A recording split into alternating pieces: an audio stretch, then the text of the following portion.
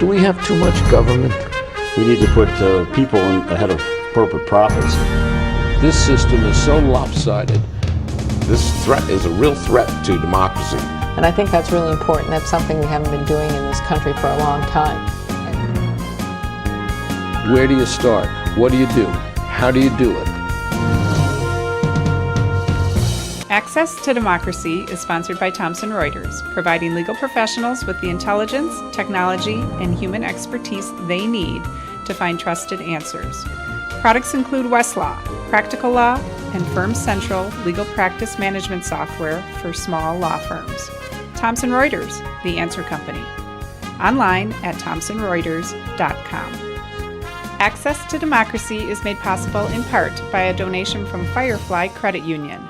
Firefly is the new name of U.S. Federal Credit Union, which has proudly served the financial needs of the Greater Twin Cities community since 1925. At Firefly, we guide our members forward and give them the power to chase dreams by delivering the financial solutions they need to get ahead. From checking accounts to mortgages, we'll light the way. We are Firefly Credit Union, and this is Life Illuminated. And Dr. Charles Crutchfield of award-winning Crutchfield Dermatology in Eagan, acknowledged as one of the nation's best physicians. A Minnesota native who trained at the Mayo Clinic, Dr. Crutchfield personally treats all patients and states that experience counts and quality matters. Crutchfield Dermatology. Look good, feel great, with beautiful skin.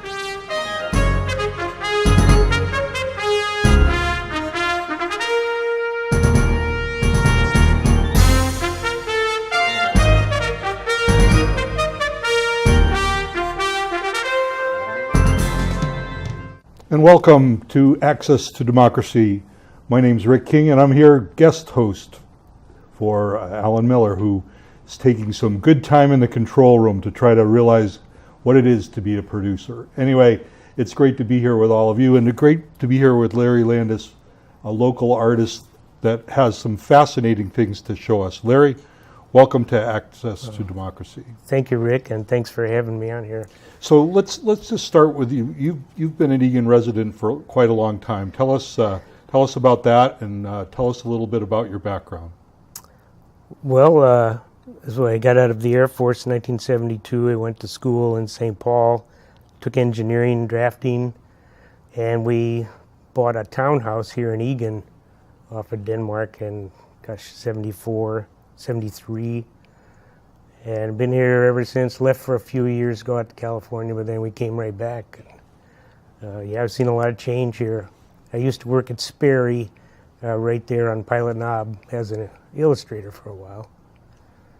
But, well, that's great. You've lived through some huge changes in Eagan back before it was a city. Yeah. All the way through to what you see today, which is a pretty well developed area with lots of places to live and lots of places to work. Yep, sure have. I think they had one policeman when I moved here. Interesting. Interesting. Well, how did you develop from the Air Force into your interest in art here? Well, I was a painter even in high school. I guess my stepmother got me a bunch of paint, keep me out of trouble, and I loved it. And I went to the LA County Museum on the weekends, and then I guess right after high school I went to the Air Force, so there's no painting for a few years. Didn't do much, but I stayed in aviation. I got out of the Air Force, went to engineering school, and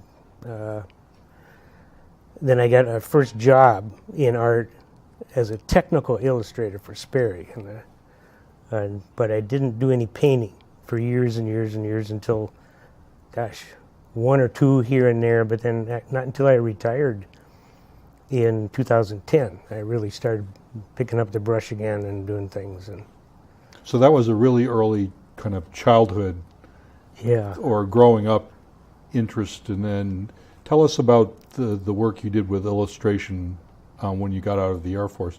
What kinds of things were you said Sperry, you were working at Sperry. What kind of technical illustrations did you do? Well, I was mechanical designer and draftsman. They had a little pool table company, and then they went out of business, and I went back to the school, and they got me a job at Spirit. It said, what they want, somebody that is also an artist, but they need an illustrator. I said, great, I can do that. So I did a lot of schematics and flow charts, but then I got to go actually sketch machines and little battle scenes and things for manuals for the military, so it was a lot of fun. That's interesting. Yeah. Now I can see that that starts to lead to some of the drawings that I've seen, that the paintings that you've done. And I think we're going to queue up one here just to show the audience kind of the type of work you do, and then we'll get into those things. So let's, if we can, let's show the very first illustration. You want to describe this, Larry? It's a collage of different time periods all put together for the Eagan Police Department. They had their 50th anniversary, and they wanted, I actually went to them and offered, because I had done the fire department before. It's only fair to do something for them. So I took, they helped me out a lot. We got the old police station, town hall in the background from the 60s, and that's actually Stark's, but it used to be O'Brien's, and the son of the man that owned it was actually a police officer. So it all kind of worked in. We got the old police car, and one of the first policemen getting out of the car there, and then we got the badge, and they all just loved it, and it was a lot of fun. It hangs. I can see why they would like it. It's very realistic, and I love the subject matter is fantastic. But when I look at the grass and the sky, it's just that's a beautiful, beautiful image that you've got there. Oh, thank you. Let's take a look at the second one here.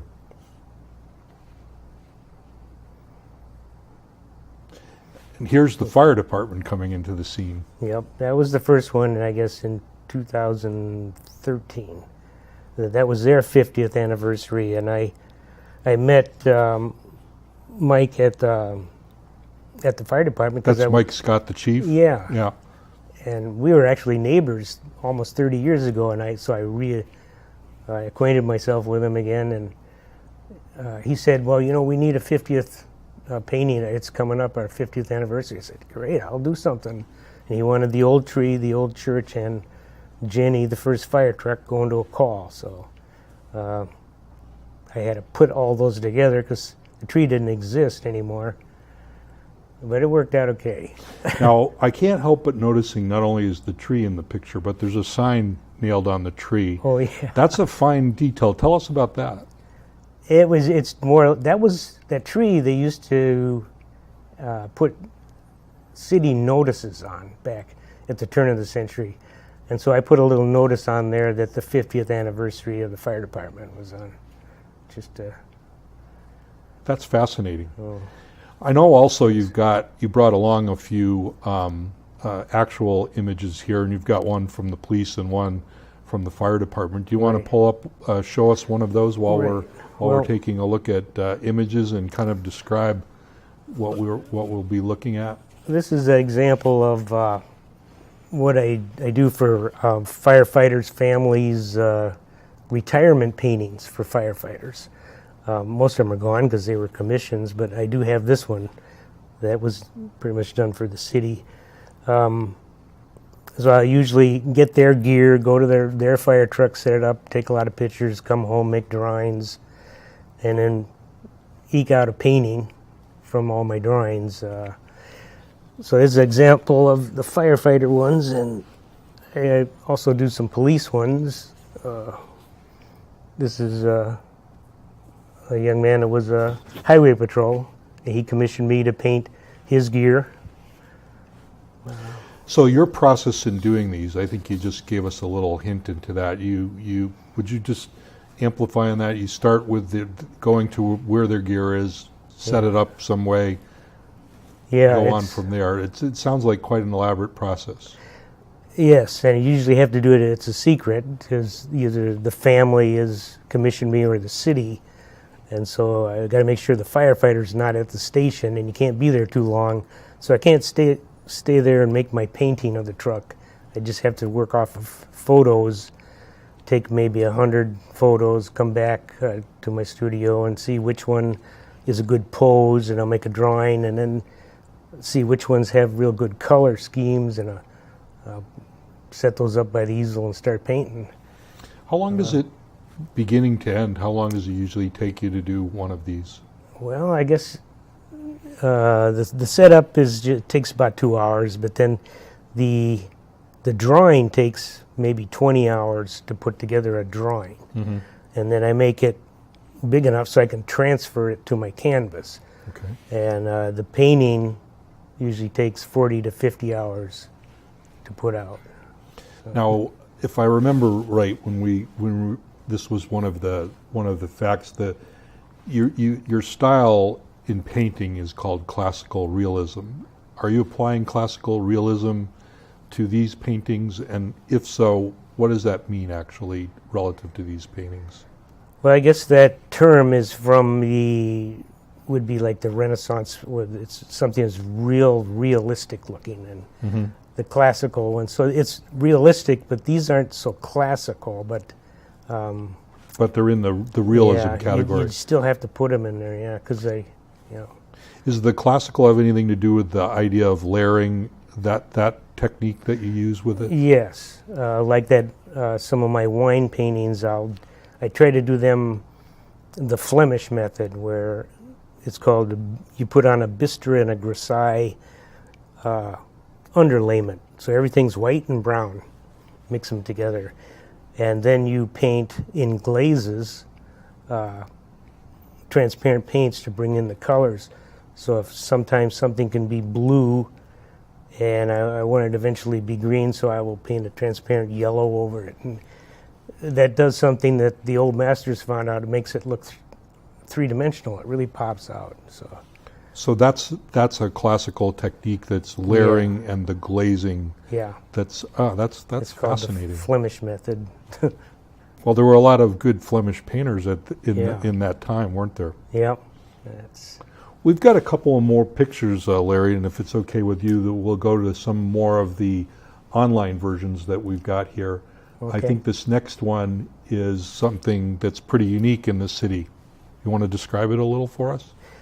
Well, when I was working, right after I'd done the fire department, the Historical Society, Egan Historical Society, contacted me and said, would you do something? We have our 100th anniversary of the building coming up. And it was before it had an accident, a fire. Mm-hmm. And so I said, sure, I'd love to do that. And so the hardest part is collecting data. There's no photographs. There was one good photo of that old building from maybe 1920, but you have to find out, the people that were here were basically dairy farmers, so I wanted to paint some of them in. So some of the people that actually volunteer for the society are my models here. Okay. And I painted in older costumes on some, and Mr. Delorier, who was the first police officer and chief, his father owned a milking outfit, and so that's his father's truck. Oh, and wow. they used to come to the town hall meetings, and so. So I you put did that off a different picture, a photo that they might have had. Yeah, but everybody's photo is they're looking at you, and so to get photos that are just randomly people is real hard. So Pretty tough, yeah. you got to sketch it out yourself. And how realistic would this be of the way that town hall looked from the historical records that you saw, and how much interpretation did you have to apply, do you think? I think it's very accurate because I pushed it back from the road to where it is now. It's closer to the road. Back then it was a little farther out, and it was a dirt road. I took everything else out of it. It might not have had a flag in the front, I don't know. Right. I never saw a picture of that, but that's about, I got the old original colors of the shutters, took everything else out. Oh, and I had to find out from an older lady told me that it did have hollyhocks planted in the front, so I painted them in there. Oh, great. So So that- every detail you could figure out, Yeah, you did. as a research. The colors are just fascinating. The trees on the left-hand side of that are just beautiful, as is I must be a sky and cloud person, because I really love the way, I love the way that you do that. Oh, thank you. Well, we've dwelled so much on, we said fire and police, and we've shown some historical buildings here. And you mentioned in the scheme of doing the layers, the wine, you do some wine pictures too. Tell us about how you got into doing wine pictures. Wow. Paintings, I'm sorry. I guess it was, I was in the Army Reserves. I stayed in for 20 years, and so after I got mobilized, I got back, and my wife took me to an art show. This gentleman, and he paints wine. This was like 2005, I think. And is Thomas Stilts, just beautiful things. And she says, I'd really like to buy that print. And I said, I think I could paint that. And she said, go do it and paint it. So I did, and so I got into wine, and then I met some people out at a winery in Stillwater, St. Croix Vineyards. And they said they would love to hang the paintings, and so I made some paintings for them, and that's been a lot of fun. They sell my prints, and You drink the wine? yeah, you have to. That's have to test it, right? Yeah. We have a wine picture of the show as well, which I think is another fascinating one. Oh. That is such a rich painting. It's just, I can't believe it's not a photo, actually. Oh. Tell us a little about the making of that, Larry. That I think people watching would be fascinated about how you do something quite that way. Well, they gave me the prop. They said, this is our new wine. They're so excited about it, and I was excited because it's a summer wine. And so I wanted a lot of color, a lot of light. So setting up the still life, you have to arrange the flowers so the flower doesn't overpower something else.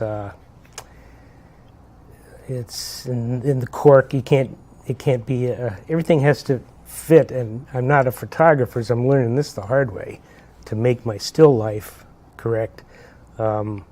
Because they weren't real flowers, I could keep this still life set there for several days and just paint it. But you can't do that with food or fruit. It won't last. That's true, because you also didn't need to surprise anybody with the uniforms like you were with some of the other ones where you couldn't Oh, yeah. keep it at the location. Yeah. This one you could actually. Did you have the setup at home then, where you're painting? Yeah, I have. I just use our dining room, and then I paint in a background because it's a green wall and it looks horrible, so I have to change that. And that's the patio window is always a reflection on the glass, so it works well. That's just beautiful. How difficult is it to do that? Label looks very complicated color-wise. Many combinations. How do you get at something that intricate? Well, first you make your drawing. Of course, I have the label, but you probably spend more time mixing paint than actually painting. Really? It just, there's so many colors, and the more you mix, the more muddy it gets, or the pigments are most lively when there's a few colors. Then the more you mix to try and change it, it gets muddied down. So it's a lot of work mixing. So you have to mix as few as you can to get to the color you want? Yes. But it's not always that easy, is it? No. And there's a lot of tricks I'm still learning from some other master artists like Jeff Larson and my friend Pat Jurdy and Christine Turney. They teach me these little secrets. How difficult is it and how important is it to have the right supplies, the right paint, the right brushes, the right canvas in getting to the kind of vibrant result that you have here? Really important. Finding out, I used to buy cheap paints. I thought, well, I don't want to spend $50 on a tube. I'll get this one for $5. Well, they don't they don't work. They either don't dry right or they're too thin, they're transparent, so you do have to spend money on paint. The expensive Dutch paints, French paints, and Winsor Newton stuff. And it'd be better to buy better paint. And the brushes, there's just a myriad of brushes. The shapes give you different textures. I had to learn all this the hard way with just experimenting. And canvases, you should be on a really good canvas, not a cheap one. Some of them will warp, some of them get floppy. So yeah. You did a little schooling for this too, didn't you?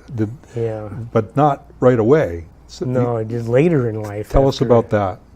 Well, I took classes after I decided I wanted to paint from seeing that that man was Thomas Stilts, does paints wine. And he said, you should maybe find a school and take some classes, night classes. Well, Minneapolis has an atelier which teaches the old methods. And so I took night classes there for a year, and then I took private classes from some artists that I met here. That you can learn so much one-on-one from somebody that's been doing it their whole life. But those are the only classes I've had, just later in life.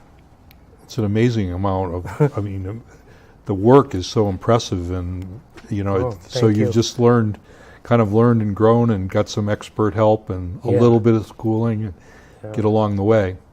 That's fantastic. You and I think we share another interest. You mentioned the Air Force, and then I think you worked for the FAA as an inspector, I think, for a while. Can you tell us a little bit about your work with the FAA? What aspects did you work on? Well, I was in the Army Reserves, and then as a full-time technician, I was avionics and weapon systems on the Cobras here in St. Paul. So that, after doing that for years, I found out I was qualified as an avionics inspector. So I put in my application, and they were short that particular trade, so I got hired here at Minneapolis back in the middle 90s. And became an avionics inspector. So I just inspected the avionics repair shops, and we had common duties like accident investigation, and we would have to en route do inspections on the pilots, which is always pretty nervous. I'm just a radio guy, and here's a guy. I have most of the time no idea what they're doing, so you have your checklist. So you did those actual broader inspection. Yeah. That must have been interesting. And that was in the 90s, did you say? Or yeah, I did it up until 2010. So I got hired in 96, I think, and did it to 2010.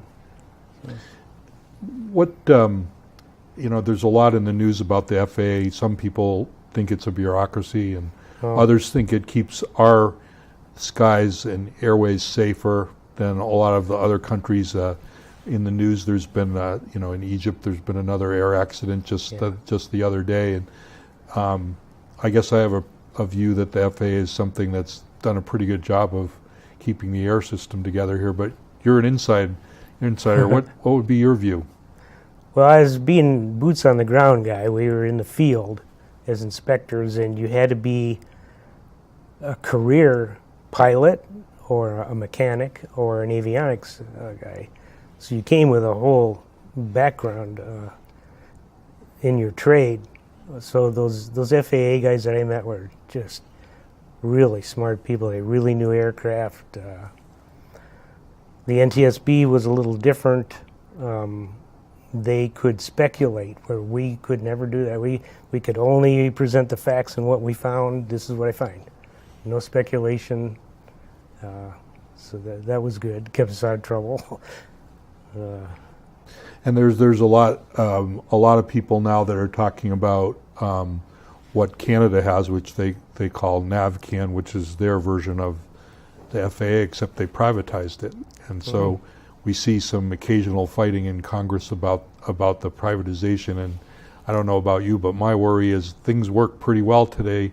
I do think we need to modernize the whole system technologically, but I'm a little worried about changing the way we manage it. Oh. Any thoughts from you on that?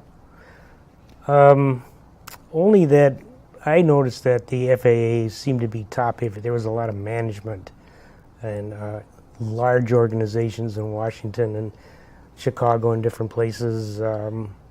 But I was just, I was in the field. But to try to change something or get something done, it was arduous. It was a huge organization. They were efficient. I mean, they did a lot of good work. And we learned a lot. They would analyze accidents to the nth degree and usually solve problems. But privatization, I guess, my opinion, a lot of it probably could be. Like, a lot of the towers are private now. That's true. Yeah. So you could probably privatize a lot of it. Sometimes efficiency like that is good. People even prune their trees every year, don't they? Try to keep them growing properly. Yeah. Back to a little bit of the art. What projects are you working on now? What's in your, if I came in your your dining room, what would I see? Well, right now in my studio, I have these two huge. They're paintings. I'm trying to make altar paintings for churches, because you don't see too much of that anymore. But turn of the century, and so you go to some of the old churches and see these beautiful paintings in their altar areas. So right now I'm doing a picture of Gethsemane with the angel and Jesus, and I want to put that in our church, but I also would like to keep painting some of those for churches, from the masters like the 1880s was most of it when they did that. I bet after seeing this show, there's going to be a whole lot of churches that are going to be after you that'd be great. to do some paintings around their altar. And if they're anything like the things that we just saw, that'll be just a fantastic collection. I know in the church I go to, I'd love to see the altar area and that organ and all those things, some of the works painted. But Larry, this has been absolutely fascinating. Thank you for sharing all your work with us today. It's just, I can't believe how beautiful and vibrant those things are. Well, thank you. Keep up the good work, and I hope you'll come back, and maybe even Alan will interview you, and we can look at some of those new church paintings that you're working on today. Oh, that'd be great. Thank you very much. Thanks a lot. Okay. Appreciate you being here. Oh, I appreciate you having me.